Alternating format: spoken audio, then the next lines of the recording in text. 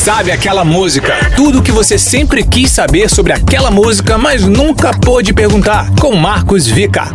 Fala galera, estamos abrindo aqui mais uma edição deste podcast que é o Sabe Aquela Música e também é programa da Rádio Mix. Ou seja, você pode ouvir também no ar na Rádio Mix.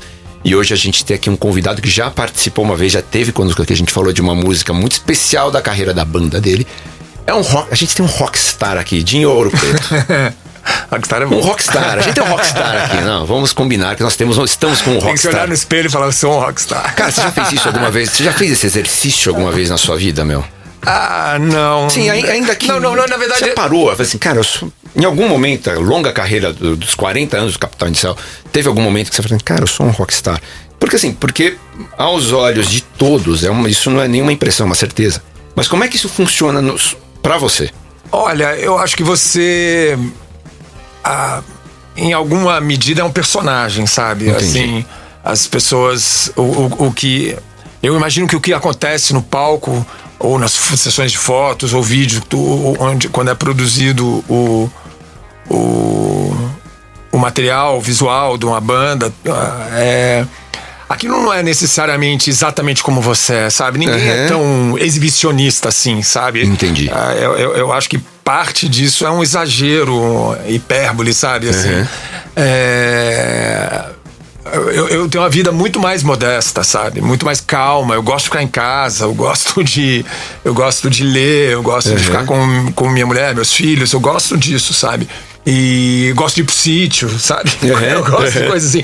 E, então quando as pessoas veem aquela pessoa, imaginam... Eu penso que devem imaginar outra coisa, né? Mas, no entanto, eu tento compatibilizar as duas coisas, assim, existe não é uma coisa totalmente fictícia aquilo ali, sabe? Não é uma coisa artificial, isso eu quero dizer. Desde que eu sou moleque, eu olhava pro palco, pras bandas que eu gostava, e eu gostava de tudo que envolvia a banda, sabe? Desde as luzes, aos cenários, a música, lógico, as letras, os arranjos, os discos, mas eu gostava também do jeito que os caras se vestiam, sabe? Desde moleque eu via, assim, a roupa do Robert Plant, ou do Jimmy Page, ou de outras bandas também, Queen também, o Freddie Mercury, como é que era o AC/DC, o que compunha aquele mosaico todo, que combinado tudo fazia do cara um guitar hero, ou né, um herói do rock, ou mais tarde com punk rock, como o Johnny Rotten se vestia, ou como tudo fazia parte do... Tem uma frase que eu vi uma vez atribuída ao Malcolm McLaren, e que ele dizia que se o rock and roll fosse só sobre música, já teria acabado há muito tempo. Isso é incrível. Que na verdade, o rock é uma composição dessas várias diferentes coisas, né? Do que é dito nas entrevistas, do que é cantado, do arranjo, dos sapatos que o cara usa, da roupa, da luz. E eu sempre dei uma importância grande a esse aspecto visual do Capital. Eu acho que é legal o cuidado que você tem quando você vai fazer uma sessão de fotos, o cuidado com o que você pensou no que você está vestindo, o cuidado que você tem com a cenografia, como é a turnê que você vai levar para a estrada, que seja algo que chame a atenção das pessoas, que seja, na medida do possível, assim, hipnótico, sabe? Que as pessoas possam ver aquilo e ficar realmente... surpresa, sabe? E não consigam tirar os olhos do palco. Então, eu acho que quando você pensa nesses elementos todos que compõem uma carreira, ou a parte visual de um determinado artista, eu suponho que a composição dessas coisas todas acaba dando num rockstar. Eu entendi. Entendeu? Mas daquilo de você viver aquilo 24 horas e de ser uma pessoa hiper vaidosa, exibicionista, dada a excessos, a grosserias, a uma vida, sei lá, Sem medidas, sem né? medida, sempre no volume máximo, sabe? Tudo com VU sempre ali encostado, sabe? Assim, sem... outro dia alguém usou uma expressão, como é que era, cara? Que sem... se referindo a áudio, com aquele áudio como se fosse o áudio inteiro com os dois ponteiros estourado, sempre no vermelho, sabe? Não, eu não sou isso. Entendi. eu sou muito mais moderado. Aliás, em geral, nas minhas opiniões também. É um rockstar com respeito. Eu não sei, talvez mais maduro. Talvez eu fosse em algum momento mais ao pé da letra, sabe? Talvez aquilo fosse a minha vida 24 horas e agora um pouco menos, sabe? Agora eu sou muito mais profissional, talvez, do que eu fosse antes, sabe? De ficar... Isso tudo que eu acabei de mencionar, sabe? Sobre a direção de arte, sobre a cenografia, isso tudo me interessa muito, agora, sabe o que é louco, meu? Eu vi... A primeira vez que eu te vi no palco, meu, foi abrindo... A primeira vez que eu vi o Capital Inicial e que eu te vi no palco foi abrindo o show de Sting. 87. Foi o primeiro show que eu vi. E eu te vejo hoje no Rock in Rio com o mesmo brilho que você tinha em 87. Mesmo brilho. Não é fácil, cara. Essa é uma missão, cara. Essa é uma missão bem difícil. Pra alguém na música, eu digo, né? Olha, fica falando um negócio pra você. Como você mantém esse brilho há tanto tempo, né, meu? Olha, eu fico muito nervoso. Pô, eu imagino. Eu fico. Mas você ficava em 87, também, meu? Eu fico até hoje. E eu fico nervoso em qualquer lugar. Para uma plateia de qualquer tamanho. A gente faz algumas vezes uns shows muito pequenos, às vezes para festas fechadas. Então, às vezes, é para plateias muito pequenas. O Capital tem, às vezes, umas coisas assim na agenda. E mesmo assim, eu fico nervoso. Mas você acha mais fácil tocar para 1000 pessoas ou para uma multidão? Não sei te responder, Vika. Não é fácil. É diferente. Eu fico igualmente nervoso. Acho que o Lobão falou uma vez, cara, quando você toca pra 1000 pessoas, você vê 1000 pessoas. Quando você toca pra muita gente, você vê uma multidão. Sim, é verdade. E eu acho que quando você toca pra uma multidão muito grande, você não tem aquela coisa individual. Você não tem o olho, você não vê a cor dos olhos, você vê uma massa que não tem muito forma, né? Mas, no entanto, quando você tá num lugar pequeno, você estende a sua mão e você toca nas pessoas, sabe? Ou seja, você tem uma coisa muito individual, sabe? E você tava falando da passagem do tempo e como isso não altera a relação que você tem com a plateia, com as pessoas. Não só a relação que você tem, mas como elas te percebem. Olha, meu coração dispara de uma maneira.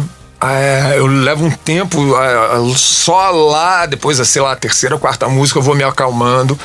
E que não é necessariamente uma vantagem, sabe? Mas, no entanto, isso mantém. A adrenalina te mantém teu entusiasmo intacto, sabe? A partir do momento, eu acredito que você começa a ver aquilo tudo de um modo blasé ou com uma certa indiferença, eu acredito que é o momento, talvez, de você parar. Talvez seja incompatível com rock, sabe? Mas eu não sei se é uma coisa circunscrita ao rock. Acho que pode ser para outro tipo de música também, sabe? Eu acho que o artista tem que sentir tem que sentir o coração bater mais forte. Eu acho também. Sabe? Tem que sentir essa bombada de adrenalina. Chega na plateia. Isso chega na plateia, não tem como. Eu acho que sim. Eu acho que sim. Não deixa de ser um respeito, sabe? Um respeito com as pessoas saíram de casa, você sabe que aquilo é importante não só, aquilo é importante não só para elas, para as pessoas que estão ali presentes, é importante para você também, sabe? Você como se tivesse um nível de exigência, sabe? Um nível de qualidade, uma exigência que vale sempre. Que demais. Que tá valendo pra um show pequeno, pro show grande, pro interior, pra capital, onde quer que você toque, no Brasil, fora do Brasil, aquela entrega é sempre igual. Demais isso, demais. E depois dessa introdução, essa necessária introdução, foi muito legal. Da outra vez que você esteve aqui no Sabe Aquela Música, a gente falou de uma canção que é música urbana, que que foi uma música resgatada por você. Você conta essa história é incrível. Recomendo fortemente que todos ouçam. E todo mundo que ouviu já a edição vai falar: cara, que história maravilhosa que o Dinho contou. Não foi uma música que ele compôs diretamente, mas é uma música que não existiria se ele não pegasse ela, tomasse ela e falasse: isso vai acontecer. É incrível, né? Realmente, essa história é inacreditável. Porque eu não tenho nada a ver com ela. Quer dizer... Não, você tem tudo a ver com ela. Sim, mas eu não compus nada, não escrevi a letra, eu não fiz a bateria, não fiz mas você fez nada. Tudo acontecer. Mas aí que tá, a música era tão forte, os fragmentos dela eram tão... Talvez a palavra adequada seja inesquecíveis, porque eu vi os fragmentos e depois o tempo passou. E eu fui lembrar deles anos depois. Falei, olha, vocês num tal ensaio, num tal dia, vocês fizeram algo que ficou pra trás. Vocês fizeram um rascunho de um... Incrível. Desculpa, dei um pontapé aqui. Aconteceu algo mágico no ensaio ali. Era um reencontro do Aborto Elétrico.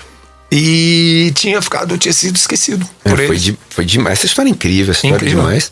E hoje nós vamos falar sobre uma música que é já de uma... A gente estava até conversando um pouquinho sobre isso aqui antes da gente começar a gravação, que é de uma fase, quase uma segunda fase do Capital Inicial, que é Natasha. Sim.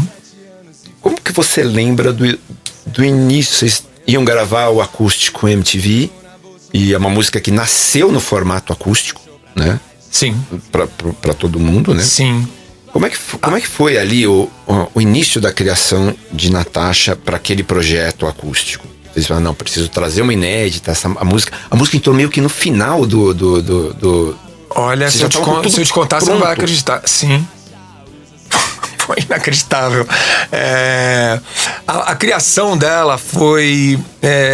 o Alvin, que é meu companheiro de composição há muitos anos. O Alvin compõe com o Capital, e ele faz coisas comigo desde, quer ver, ó, caraca, quando foi aquele disco Mickey Mouse em Moscou, que ano é aquilo, cara? Foi na queda do Muro de Berlim. Então aquilo foi em 89. Olha só, o Putin, a Rússia, o confronto da Rússia naquele momento era a queda do Muro de Berlim. Quem diria que 33 anos mais tarde a gente estaria vivendo um outro momento que a gente pensou de aperto. Aquilo parecia que teria sido superado, né? Que ia ter uma paz entre o Ocidente e a Rússia, que a Rússia pudesse eventualmente um dia entrar para a União Europeia, que pudesse, quem sabe, entrar para a OTAN, que a OTAN não precisaria mais ser, não fosse mais ser necessário. E olha só o que está acontecendo. Que loucura. Olha só. Enfim, a nossa parceria com o Alvin começou ali, em 89, portanto, há 33 anos atrás, e nunca mais parou. E então, quando nos ensaios, no disco anterior ao acústico do ano 2000 da MTV, a gente chegou a já fazer algumas músicas. A gente fez algumas músicas que foram incluídas no acústico. A gente fez Eu Vou Estar, é uma. A gente chegou a fazer uma outra música que estava nesse disco que precedeu o acústico, que é o Atrás dos Olhos. A gente fez uma outra música chamada 1999, que é bem legal, que foi gravada no acústico aquela noite e que não entrou no disco nem no programa. Aliás, Vika, tá aí, essa música foi gravada aquela noite. E tem outras músicas que foram gravadas aquela noite e eu não lembro mais quais são. E aí eu e o Alvin, durante as semanas, eu lembro que a gente ficou ensaiando, a gente começou a ensaiar em janeiro. Foi isso? A gente começou a ensaiar em janeiro e a gente ensaiava todo dia com o Marcelo Susequinde, já dentro do Teatro Mars, ali na Rui Barbosa, no Bexiga, aqui, legal, aqui em São Paulo, bem legal. E a gente ensaiava todo dia e tinha almoçávamos lá. Então a gente ensaiava de manhã, almoçava lá e continuávamos ensaiando à tarde. Com a mesa, a ideia era que nós ensaiássemos de manhã, de tarde, sem parar, e que a gravação e os ensaios fossem no mesmo lugar onde viria a ser a gravação, para que todos estivessem já acostumados. Foi a primeira vez foi ali que a gente começou a usar in-ear. a monitoração dentro do ouvido. A gente nunca tinha acontecido isso. O que pra nós também foi uma coisa revolucionária, porque pela primeira vez a gente começou a se ouvir direito, sabe? Então, é bem diferente de ouvir nos monitores. É muito diferente. Então, aliás, tem gente que até hoje não usa. Tem muitas bandas que continuam usando a monitoração no chão, que nunca se acostumaram com isso. E foi ali que o Capital começou a usar e nunca mais parou. Então era isso, uma carga horária bastante pesada. Enquanto isso estava acontecendo, eu vinha compondo com o Alvin, mas não que fosse absolutamente necessário, assim, não que tivesse uma encomenda, a gente estava ali trabalhando. Eu lembro que a gente estava num apartamento de uma amiga do Alvin. Aonde era aquilo? Aquilo era uma travessa da Afonso Bovero, eu acho. Então, talvez aquilo fosse Sumarezinho, por ali. Ali é Sumarezinho. Por ali. E eu lembro que a gente estava... a gente estava nesse apartamento e eu tinha essa... Posso mostrar? Claro, vamos lá. Eu tinha essa sequência de acordes. Eu tinha essa pequena sequência de acordes.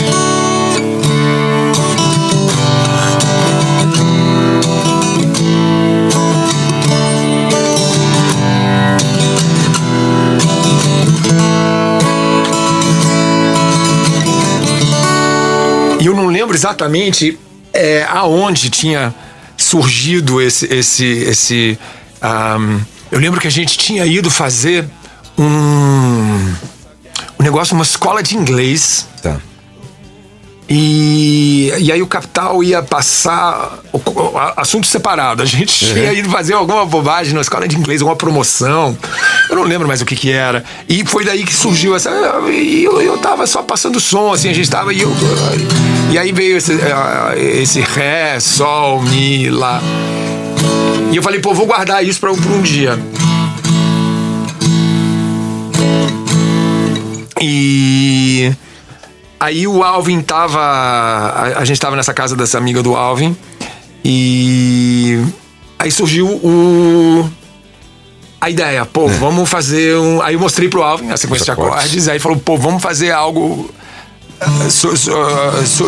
sobre a balada de São Paulo. Aí começou a surgir a ideia do que tem 17 anos e fugiu de casa 7 horas da manhã num dia errado. Levou na bolsa mais mentiras pra contar. Deixou pra trás pais e namorado. Um passo sem pensar. Um outro dia, outro lugar. Começou a surgir a primeira... Por aí começou a surgir. Começou a surgir por aí. Começou a surgir por aí. Aí a gente começou a pensar em fazer 4 histórias distintas. Mas olha, tem outras coisas que vão acontecendo no meio da música. A gente falou, vamos fazer uma coisa com 7. Com o número 7. Porque tem essa passagem. Tem 17 anos e fugiu de casa às 7 horas da manhã no dia. 2 sets aí. Aí quando volta, tem 7 vidas, mas ninguém sabe de nada. Carteira falsa com idade adulta. Tem o terceiro set. E a gente foi colocando esses sets. Fala, vamos encher a música de sets pra ver se dá sorte. Eu ia perguntar isso. Olha que loucura. A gente foi colocando esses sets. E tem um monte de coisas. Tem esses sets. Tem uma outra coisa que a gente fez. Quer ver, ó? Que poucas pessoas sabem. Quer ver, ó? O mundo vai acabar e ela só quer dançar. O mundo vai acabar e ela só quer dançar, dançar, dançar. Pneus de carro cantam.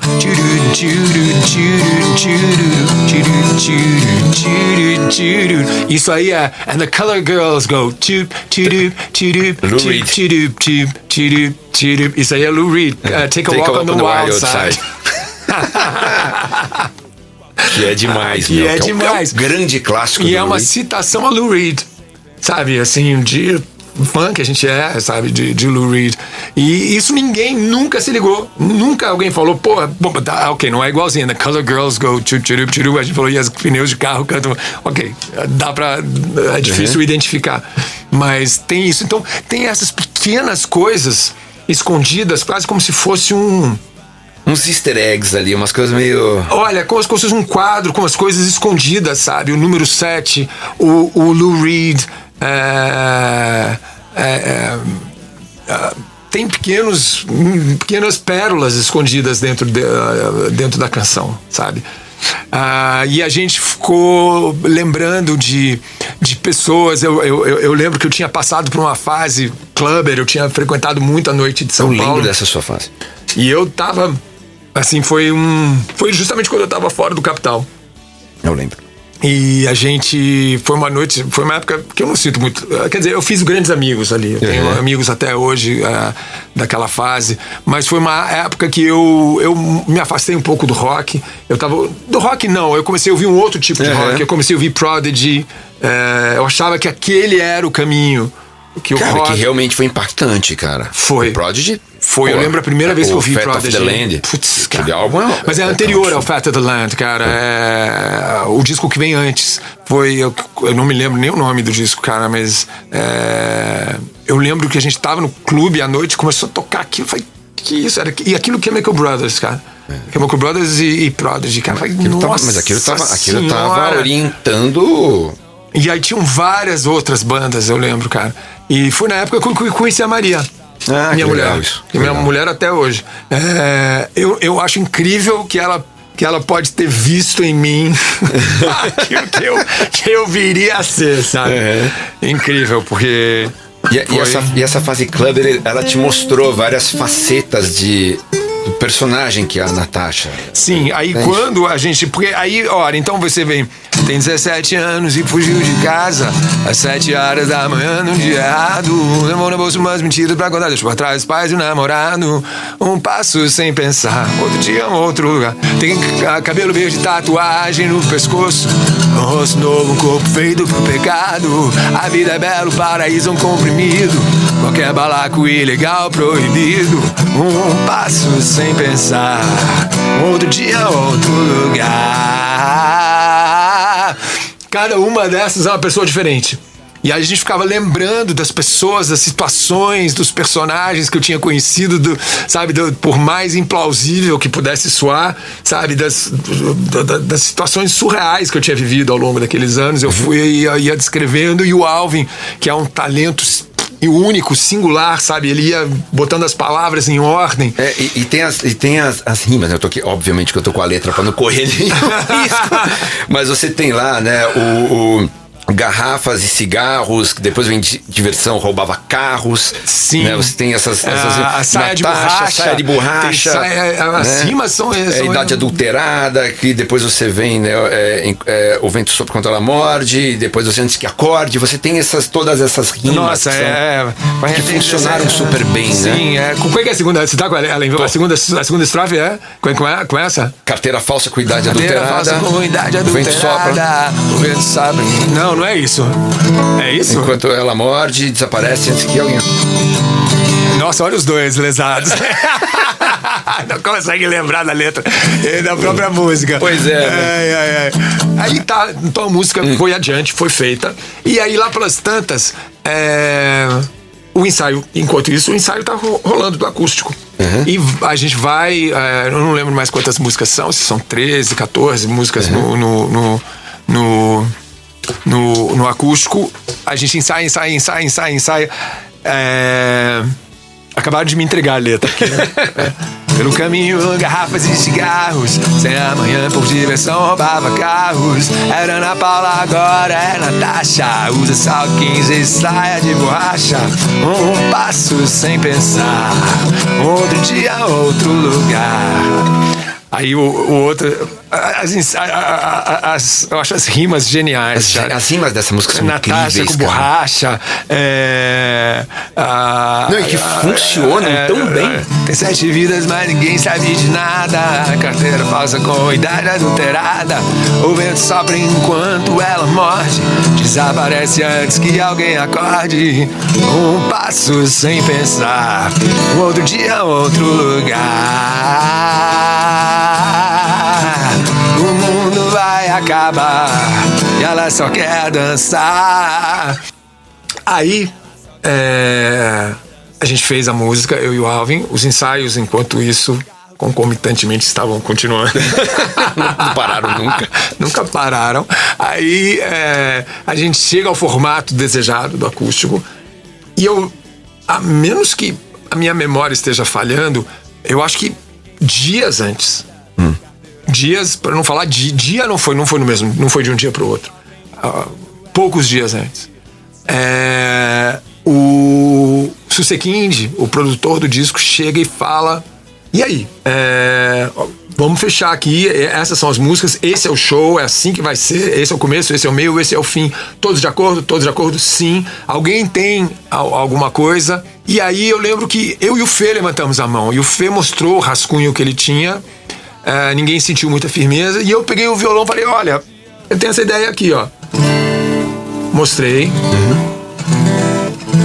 Eu acho que talvez o refrão tenha sido reharmonizado. Talvez o refrão não fosse exatamente. Talvez tivesse um acorde maior. Talvez não fosse menor. Talvez fosse. O mundo vai acabar e ela só quer dançar. Talvez fosse algo assim, sabe? Talvez o acorde fosse maior. E outra coisa, o Marcelo achava que a sequência, que depois do Ré, do Sol, que o Mi era maior também. Que se teria ficado assim. Teria ficado assim.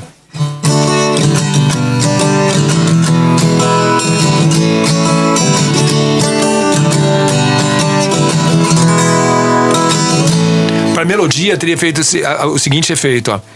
Tem 17 anos e fugiu de casa às 7 horas da manhã, num dia errado. Levou na bolsa mais mentiras pra contar. Deixou pra trás os pais e namorado. Aí é que tá, parece um detalhe irrelevante. Mas faz toda a diferença, faz toda a diferença do mundo. Do mundo. E porque ela ficou assim, vou mostrar pros ouvintes. Tem 17 anos e fugiu de casa às 7 horas. Aí é que tá, essa terça faz toda a diferença. E é gozado. Gente, quem estiver ouvindo aí, toca numa banda, acredite no que você está fazendo, porque todas as pessoas que estavam lá presentes eram músicos melhores do que eu. Todos eram exímios guitarristas e são até hoje músicos melhores do que eu, sabe? Mas quando você tem uma criação, por mais errada, entre aspas, que ela pode ser dito a você que tá errado, que não é assim, que faz de outro jeito. Se pra você soa certo, insista, sabe? Porque alguém me disse naquele momento que estava fora do campo harmônico de Ré, que o Mi maior não poderia ser, sabe? E você fala: não, é isso, e rolou esse momento. Rolou esse momento no acústico, porque todo mundo falou primeiro: uau, que legal, mas tá errado. Que coisa, cara. Eu falei: é legal pra caraca, mas não tá errado, é assim mesmo. E aí eu teve esse momento de tensão, não, sim. Ela acabou eles acabaram dando o braço a torcer. Parece que não era uma falta grave, não era algo que comprometia o final da canção. E ela acabou entrando assim, aos 45 do segundo tempo. Caraca. Assim, uma das últimas músicas a entrar. Os acréscimos. Ainda com... Mas, olha, Vika, pra ser honesto, fazendo justiça, a partir do primeiro momento ela teve esse efeito nas pessoas. Foi imediato, assim, sabe? De eu pegar o violão e falar: olha, tem isso aqui, ó. Eu super inseguro. Olha, assim, cara, olha, tem isso aqui, ó. Aí eu mostrei, tipo assim, desculpa aí, gente. Cara, são muitas músicas que carregam essa história de entrar nos 45 do segundo tempo nos álbuns, né, cara? Pois é. A gente já falou aqui com outros artistas. E quantos na história da música, meu? Quantos, cara? Olha, eu ouvi... Cara, quantos? Então, eu já ouvi a história, eu não sei se é verdade, Vika, mas que o Led Zeppelin, o Physical Graffiti são sobras. Várias músicas, vários discos. Paranoid. Foi a última música do álbum. Tipo, vocês têm um tempo de estúdio aí, vocês não querem aproveitar? Beleza. Os caras fizeram Paranoid Caraca. Naquele momento. Sim. Um clássico. Falar nisso, tô falando em clássico, de última. Você não vai. Puta, uma coisa obviamente que não passa na cabeça de. Mas, cara, você tava escrevendo um clássico do Capital ali. Você tá escrevendo um clássico. Olha, Vika, eu preciso dizer também para as pessoas. O que aconteceu ali foi totalmente inesperado. Foi totalmente... Ninguém antecipou aquilo, sabe? O Capital foi das poucas bandas que pra você ter uma ideia, para que ilustra bem a situação, o Capital foi das poucas bandas que gravou uma noite só. Tava todo mundo... ninguém tava levando muita... Não que as pessoas achassem que não fosse dar certo. Entendi. Mas as pessoas esperavam uma coisa modesta. Todo mundo que fez o acústico foi bem, o Capital deve ir bem também, mas ninguém esperava a proporção que a coisa fosse vir a ter. Não, gigante. Sabe? Pegou todo mundo de surpresa, sabe? Então era uma noite só, então os custos eram controlados, a gente teve todo o apoio da MTV, Cara, foi o projeto que forjou todos os acústicos da MTV que vieram na sequência. Olha, Vika, eu acho que foi mais do que isso. E sabe, eu vou te dizer outra coisa. As pessoas não têm ideia do que aconteceu. Porque a gente não filmou. O que nos aconteceu depois, o que aconteceu com o Capital inicial, até hoje, de certo modo, sabe? Capital... bater na madeira, sabe? Tem uma agenda cheia, a gente tem fãs maravilhosos, a gente tem, sabe?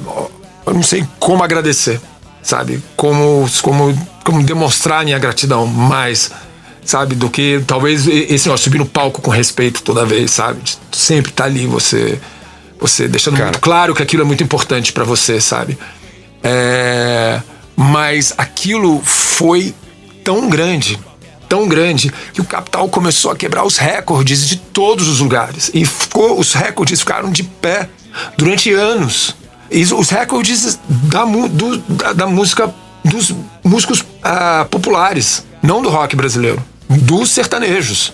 A gente ia quebrando o recorde deles. E os recordes estavam valendo 10 anos depois, 15 anos depois. Eu lembro da gente estar tocando em lugares... Em Londrina, tocando para 60 mil pessoas dentro do estádio. Incrível isso. Em Maringá, tocando para 40 mil pessoas. Era uma coisa, cara. E em Goiânia também. E pelo Brasil afora. A gente começou a botar mais gente. A gente tocava essas festas, muitas vezes iam quarta, quinta, sexta e sábado e domingo. A gente não tinha mais agenda, a gente tocava na quarta. A gente botava mais gente na quarta do que a soma de todos os outros dias. Inacreditável isso. A gente não conseguia entrar nos lugares. A gente não conseguia chegar para tocar. Então começou a virar um problema logístico, porque as vans não conseguiam entrar. Tanta gente que ia. Quando a gente vai tocar no Metropolitan, no Rio, causa um engarrafamento na zona sul do Rio. Tanta gente, vão 20 mil pessoas e ficam milhares de pessoas de fora. Incrível. A gente faz o Ibirapuera aqui em São Paulo, uau, sold out num piscar de olhos. Vira um troço assustador. Eu lembro que quando eu me vi de frente para aquela multidão, quando eu via aquela coisa, a intensidade, a histeria, eu lembro que eu ficava morrendo de medo. Era assustador.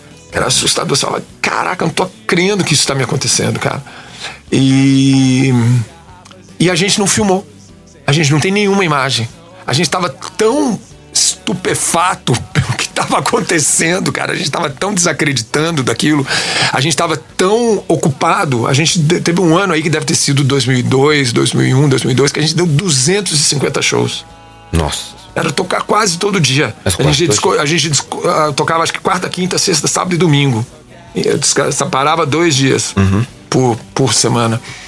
E olha, foi um superlativo atrás do outro. A única coisa que eu lamento disso, foi não ter filmado, não ter um registro visual disso, sabe, para mostrar para meus filhos, falar, olha o que me aconteceu. Sabe? Aliás, galera, se tem alguém pelo Brasil afora que filmou isso, por favor, entre em contato comigo. Se tem alguém das feiras, das festas, do interior onde a gente tocou, mas a gente estava com a cabeça em outro lugar e a gente não Vocês estavam muito envoltos com o que estava acontecendo, com a entrega, fazer a melhor entrega em fazendo o próximo disco também, porque eu falei, eu não quero que essa seja, eu não quero que o Capital fique completamente embevecido com esse momento, sabe, que o Capital fique fora de si e não aproveite esse momento essa generosidade do destino, sabe? Essa generosidade dos deuses, que sabe, que tá caindo no nosso colo, e que a gente não aproveite isso para escrever um outro capítulo da nossa história. E foi o que a gente fez. A partir dali, a gente, na verdade, a partir do disco anterior, a gente vem fazendo e nunca mais parou, um disco a cada 2 anos. A gente nunca mais parou até a pandemia. Que demais. E a pandemia, o projeto o que foi interrompido com a pandemia era justamente a comemoração dos 20 anos do acústico, que nós teríamos feito em 2020. E que a pandemia acabou caindo na nossa cabeça e os planos saíram dos eixos. Tudo descarrilhado. Mas a ideia era isso que nós íamos fazer. E... Enfim, Vika, olha, o acústico em si é uma história à parte, sabe? É um capítulo importante da nossa música, cara. Aí o que aconteceu, o disco começou a ser pirateado. A gente viu pelo Brasil inteiro, porque a gente começou a viver na estrada e a gente via o disco vendendo nos pontos a gente parava para comer pelas estradas do Brasil, e o disco tava lá. Pirata. Que louco. Então a gente via, ou seja, a proporção que o capital... A gente nem sabe. A realidade é essa. A gente não sabe qual foi a extensão do alcance do negócio. Eu sei que aquilo reverberou durante anos. As pessoas ouvem até hoje, veem até hoje, falam disso. A gente vê, a gente tocou no Rio há alguns poucos dias atrás. Você vê as pessoas cantando essas músicas. Gente que não era nem nascida, então, ou era muito pequena. Sabe, eu vejo gente de, sei lá, 20, 25, 30 anos, deviam ter 10 anos. Sabe? E até hoje as pessoas conhecem, tatuam as letras, tatuam o símbolo do Capital. Muito especial isso. É muito, cara, é incrível que isso possa ter acontecido, sabe? Quando eu conto pra você, enquanto eu tô contando pra você, as coisas ficam me voltando à cabeça, sabe? As coisas que nos aconteceram. E enquanto a gente tava na estrada, por exemplo, o disco seguinte, o Rosas e Vinho Tinto, eu falava, eu tenho que preparar um outro disco, eu tenho que fazer logo algum sucessor pra... O que não é fácil, né? Essa fase. Pô, mas aí vieram... Preciso entregar. Pô, mas veio Olhos Vermelhos. Que é maravilhosa. Tantas outras. Várias músicas legais vieram, cara. O Rosa e Vinho Tinto, acho que é o disco com mais singles do Capital. Tem uns, sei lá, uns 6, 7, cara, como devia estar, Olhos Vermelhos, tô até esquecendo, 4 vezes Você. Que incrível. Rafael tá trancado 2 dias. Rafael tá trancado 2 dias no banheiro, enquanto a sua mãe toma Prozac, enche a cara e dorme o dia inteiro. Parece muito, mas podia ser. Nossa, essa música é demais. Essa daí. Não tem Ninguém nunca disse como ser ninguém nunca disse como ser tão perfeito. Você tem tão poucas. Como é que é? Putz, tem tantas músicas. Então, vamos de Natasha, então, pra gente... Bora! Tem 17 anos e fugiu de casa às 7 horas da manhã num dia errado. Levou na bolsa mais mentiras pra contar. Deixou pra trás os pais e namorado. Um passo sem pensar. Um outro dia, outro lugar. Pelo caminho, garrafas e cigarros. Sem amanhã, com diversão, roubava carros. Era Ana Paula, agora é Natasha. Usa salto 15 e saia de borracha. Um passo sem pensar. Um outro dia, outro lugar. O mundo vai acabar e ela só quer dançar. O mundo vai acabar e ela só quer dançar, dançar, dançar. Pneus de carro cantam tiro, tiro, tiro, tiro, tiro, tiro, tiro, tiro, tiro,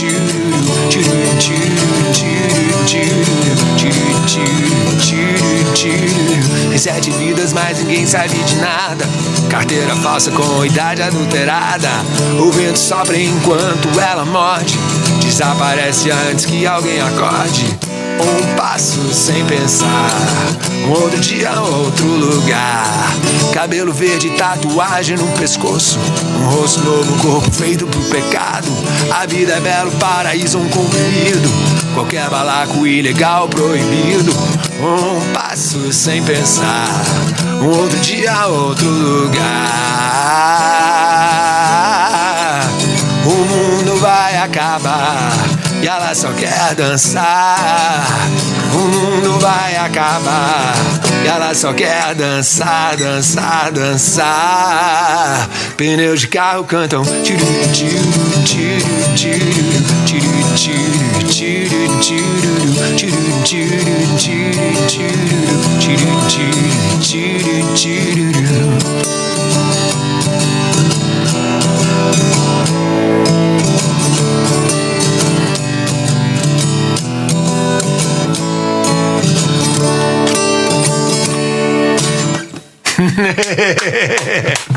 Isso é Natasha. Cara, eu tenho certeza que todo mundo que tá ouvindo agora o programa sentiu meio que na sala com você, né? Porque é aquela coisa, né? Eu tô aqui. É sim. Tá, a música é assim.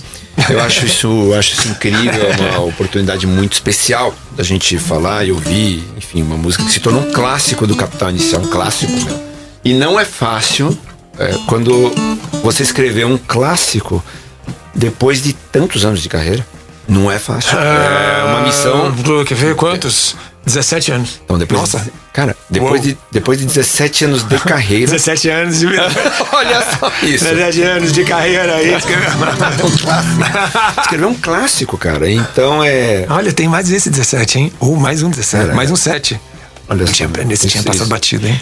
Isso não podia passar batido. 17 anos de carreira. E vem um clássico que cita o número 17, meu.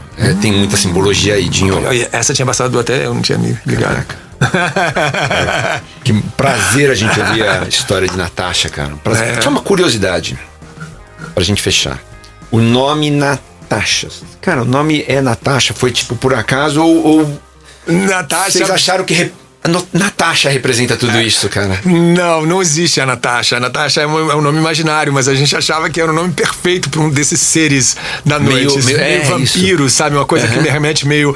A gente achava Nosferatu, sabe? Alguma coisa assim da Transilvânia, que tinha que ser um nome meio do leste europeu, sabe? Entendi. A gente achou que tinha que ser meio isso. Que tinha que ser... eu não sei porque ali naquele momento a gente achava que era mais algo que a nós remetia a algo do lado de lá. Entendi. Da Europa, de algo meio vampiresco. Entendi. Muito legal, meu. Bom, a gente falou sobre Natasha então, né? Aqui no Sabe Aquela Música, foi incrível o papo. Sim. Incrível esse papo, incrível. Eu falei sem parar, né? É um monólogo ininterrupto, né? Imagina. Quanto tempo eu fiquei falando aí? Como diz o Axl Rose, for a fucking while. Foi muito legal, cara. Foi muito legal. Ótimo papo. Bacana, muito bom, muito bom. Dinho, super obrigado de ter participado aqui do Sabe Aquela Música, meu. Mó prazer. Sabe Aquela Música agora também tem um perfil no Instagram, que é o Sabe Aquela Música.podcast. Vai ter todas as imagens, vamos colocar lá, vamos colocar trechos, vamos falar desse papo, vamos destacar, porque foi muito especial, Dinho. Super obrigado, meu amigo. Obrigado, Vika. Mó prazer. Um dia eu deveria escrever um livro. Ou então fazer esse podcast que você insiste em fazer comigo e eu sou o mais preguiçoso ser da Terra. E eu acabo sempre adiando ou tô sempre ocupado com uma outra coisa. Mas sim, Vika, devíamos fazer DinhoCast. Voltaremos em breve. Voltaremos.